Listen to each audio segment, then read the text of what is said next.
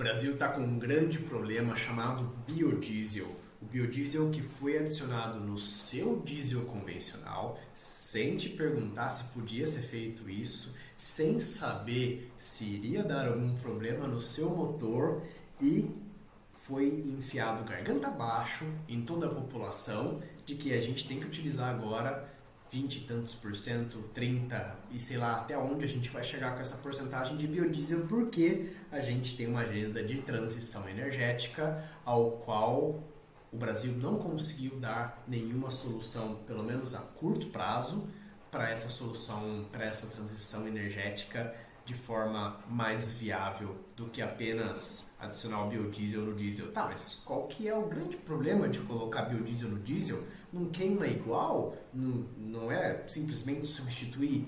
Não é só isso. Deixa eu te dar um pouco mais de contexto de onde a gente está indo, da onde a gente veio, para onde a gente está indo e por que isso é um problema.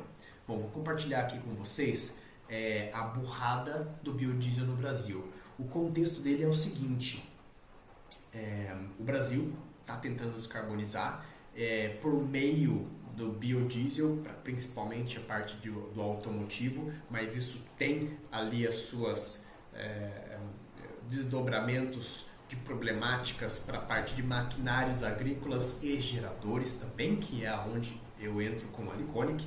A produção do biodiesel é um biocombustível, eu concordo que ele é sustentável, ele é renovável, ele tem os seus benefícios sustentáveis, inquestionáveis, totalmente validados. Isso é muito interessante, né? O diesel B, como está sendo chamado, esse diesel fóssil com mistura de biodiesel, agora em 2023 ele subiu para 15%, 2025, desculpa, né? Para 15%, que é o chamado B15, e existe uma pressão regulatória muito grande, inclusive, para que ele seja aumentado novamente, para que o Brasil consiga bater algumas metas de sustentabilidade, né? Mas ele é uma bomba relógio para caminhões, para maquinária agrícola e principalmente para geradores, por causa disso aqui, ó. Esse lodo, essa meleca que fica, que é nojenta, e ela fica no tanque de combustível de qualquer equipamento diesel atual, e isso está reduzindo a confiabilidade dos equipamentos. Existe uma pressão regulatória para aumentar, como eu comentei, só que para esse próximo passo, para esse novo avanço na quantidade de biodiesel, está sendo exigido uma avaliação de viabilidade técnica maior, que não foi feita. Eu estava num simpósio de powertrain da SAE há um tempo atrás, ao qual todas as automotivas comentaram: olha, não foi validado com a gente, não foi testado extensivamente para verificar se teria algum problema, não só em quantidade de horas, mas em quantidade de tempo. Que é o grande problema aqui desse lodo, porque esse lodo ele é resultante, vamos lá para a explicação, né, o problema dele, né? O problema desse cenário inteiro é colocar cada vez mais biodiesel dentro do diesel convencional e exigir que motores, bombas e filtros e tudo mais, de tanques, trabalhem bem em aplicações onde o combustível fica parado por muito tempo. Então, em caminhões é problemático. Já estamos vendo esse resultado em caminhões, mas em geradores de emergência torna ainda mais preocupante, porque ele condiciona, é a condição onde mais se tem esse lodo, e é onde a gente precisa de confiabilidade. O gerador fica lá parado o ano inteiro. Para quando a gente precisar dele, ligar ele. Quando a gente precisa ligar, tá com cheio de lodo, trava a bomba, você até perde o gerador, até perde a bomba e os injetores, por causa desse lodo do biodiesel. E por que isso acontece? Aqui eu comecei a escrever e pesquisar, que eu tinha várias referências, só que daí eu achei a explicação do Rafael Nascimento, @rafaelnascimento.agro, que não só está muito bem escrito, mas também muito bem desenhado. Então, estou dando aqui os créditos a ele para a gente poder utilizar esse material, que está fantástico, tá? O biodiesel é 3 vezes mais higroscópico que o diesel fóssil, ou seja, ele puxa a umidade do ar, né? É igual uma esponja, e o biodiesel absorve a água do ambiente, acelera a oxidação do combustível e destrói a estabilidade química do tanque. A redução drástica de enxofre no diesel atual removeu esse antisséptico natural do combustível. Antisséptico é aquilo que mata bactérias, né? E sem o enxofre, bactérias se proliferam livres.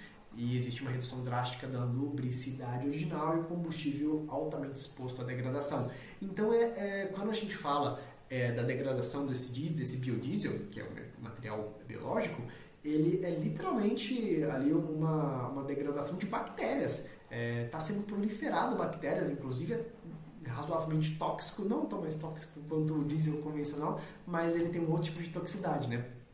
E as reações químicas dentro do motor, né, a interação entre a umidade e a matéria orgânica do biodiesel gera reações físicas que comprometem toda a ignição. A formação progressiva de borras e de lodo, acúmulo de goma nos bicos injetores, o prejuízo na atomização e queima do combustível, e obstrução de filtros e, consecutivamente, paradas indesejáveis, né? Então, material fantástico, explicação fantástica aqui do Rafael. E por que em geradores é até mais grave do que no setor automotivo, né? No caminhão, ele consome um tanque em pouco tempo. Então, às vezes um dia, às vezes uma semana, ali um caminhão que não anda tanto, né? E aquele lodo vai se formando, mas é sempre um lodo novo, digamos assim. Você está sempre tentando limpar um pouco aquele lodo. Então, não dá tempo de avançar tanto na degradação do biodiesel, assim como a gente viu ali na frente. Se ele é um material biológico que ele vai formando borra por causa dessas bactérias, se você está sempre usando ele, não tem um problema. Mas você precisa estar consumindo o diesel, não é só mexendo, porque existe misturador de tanques para o diesel convencional, né, mas isso não funciona para o biodiesel, inclusive é até pior, porque você está imputando ali a movimentação para poder auxiliar na sedimentação desse material orgânico. Lembra que na química lá, quando a gente quer auxiliar na sedimentação, de repartição de partículas, você movimenta o líquido e depois você deixa ele paradinho para ele poder assentar. É a mesma coisa, então está até piorando. No gerador, ele passa meses parado com o diesel no tanque, e no momento em que o equipamento precisa funcionar, e lembrando que o gerador é segurança energética, ele é confiabilidade de energia, ele está ali para te entregar energia na hora que dá problema, e ele fica parado a maior parte do tempo, né? Ele falha aí por causa de um combustível degradado, por causa do biodiesel, do filtro entupido ou da bomba travada, né? Então, essa é a complexidade maior que a gente está tendo agora para os geradores. Já estamos vendo a redução da confiabilidade de geradores a diesel, o que não podia estar acontecendo e o que nunca aconteceu, porque geradores a diesel são extremamente confiáveis há quase uns 100 anos, desde que foram criados os motores a diesel. E qual que é a alternativa que a gente tem para isso, né? Bom, para os motores atuais, a indústria automotiva vai ter que correr para fazer uma solução tupiniquim, que as automotivas não gostam de fazer. As automotivas gostariam que fosse um produto padrão para o mundo inteiro, não gostam de ficar fazendo solução para cada país, né? Desenvolvendo filtros melhores, manutenções tem que ser mais intensas. É necessário aumentar o nível a intensidade de manutenção e principalmente a inspeção no tanque, nos filtros de óleo, para identificar se aquele biocombustível está. E eles têm degradações diferentes, tá? Dependendo da sua fonte, dependendo do local que você está. Por exemplo, lá no norte, a degradação do biodiesel é maior por causa da temperatura, por causa da umidade. Então, eles têm... eu vejo o pessoal na Amazônia, eu acompanho alguns amigos lá, que em coisa de 3 meses já está péssimo o tanque. Eu acompanho condomínios lá também. 3 meses eles têm que fazer a lavagem do tanque, é um processo super oneroso de tempo. Então, a drenagem completa do sistema de combustível interno e a limpeza do tanque de forma mais constante, como eu falei na Amazônia, de 3 em 3 meses. A adição de aditivos auxilia a ele não... o termo técnico disso é ele ficar homogêneo, né? Não emulsificar. Mas esse agro D600 aqui já é uma solução bem utilizada para o setor agrícola, é algo que deveria auxiliar, mas ainda assim prorrogando essa manutenção, né? Como deveria ser? Vou aqui tentar ser justo com a nossa política de sustentabilidade nacional, mas indicar que, olha, talvez o certo deveria ter sido feito motores de biodiesel direcionados ao biodiesel. E aí a gente vai direto para um biodiesel 100% biodiesel, com ali diversos fatores que o setor automotivo e o setor de geradores deveriam indicar como ser feita essa resolução. Porque simplesmente implementar de forma forçada uma solução sem saber, porque existem alguns testes, não vou ser injusto nisso também, existem algumas validações, mas não foram feitas, elas foram feitas colocando o biodiesel no laboratório e não colocando o biodiesel de 6 meses parado no tanque. E também não foi testado em diversos climas e diversas umidades. Por mais que a gente tenha 2 ou 3 anos de aumento de biodiesel gradual, ainda assim as porcentagens menores não eram tão não atrapalhavam tanto a operação, a utilização, quanto é agora a do biodiesel nessa última porcentagem.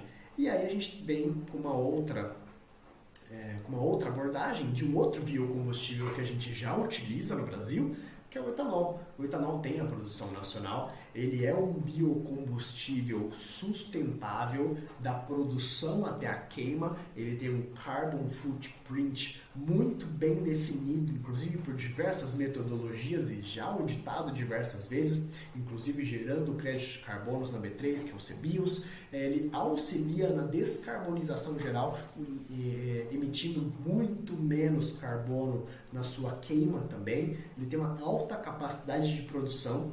A gente consegue no Brasil aumentar ainda mais a nossa capacidade produtiva, não só pela cana-de-açúcar, mas também agora pelo etanol de milho, que também é uma grande tendência, tá? A gente está aumentando bastante a produção de etanol de milho. Isso por quê? Porque no Brasil nós temos muitos laboratórios, muitas empresas e muitos pesquisadores extremamente competentes para desenvolver tecnologias, sejam biológicas, sejam industriais, do beneficiamento do etanol, que vai fazer com que a gente consiga plantar mais, colher mais, produzir mais, transportar mais, de uma forma ecologicamente e economicamente viável. Tá? Então o Brasil tem isso como soberania nacional. E a gente já tem a rede de distribuição já bem consolidada no Brasil para distribuição de etanol nos postos, né? Mais de 38 mil postos no país, num país de escala continental, lembrando que a gente tem um tamanho aqui de muitos países juntos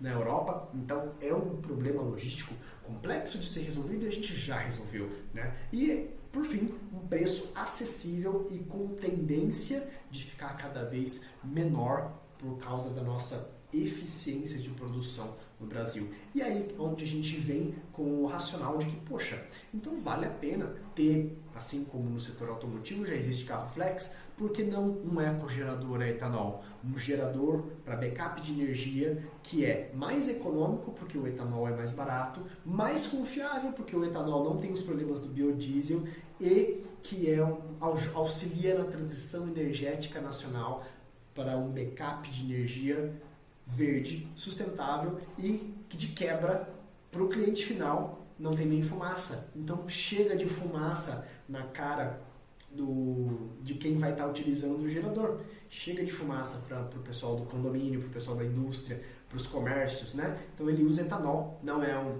diesel como o biodiesel misturado. É pensado desde o projeto para esse combustível, então a gente faz todos os nossos requisitos são pensando em como otimizar para o etanol, apenas para o etanol. Com isso a gente ganha um foco estratégico em fazer ele ser mais sustentável, mais econômico e mais eficiente, porque a gente é focado nesse etanol. E sem fumaças e particulados, pode ser monitorado pelo nosso sistema de IoT, na manutenção 4.0, e garante a confiabilidade de energia em caso de emergência.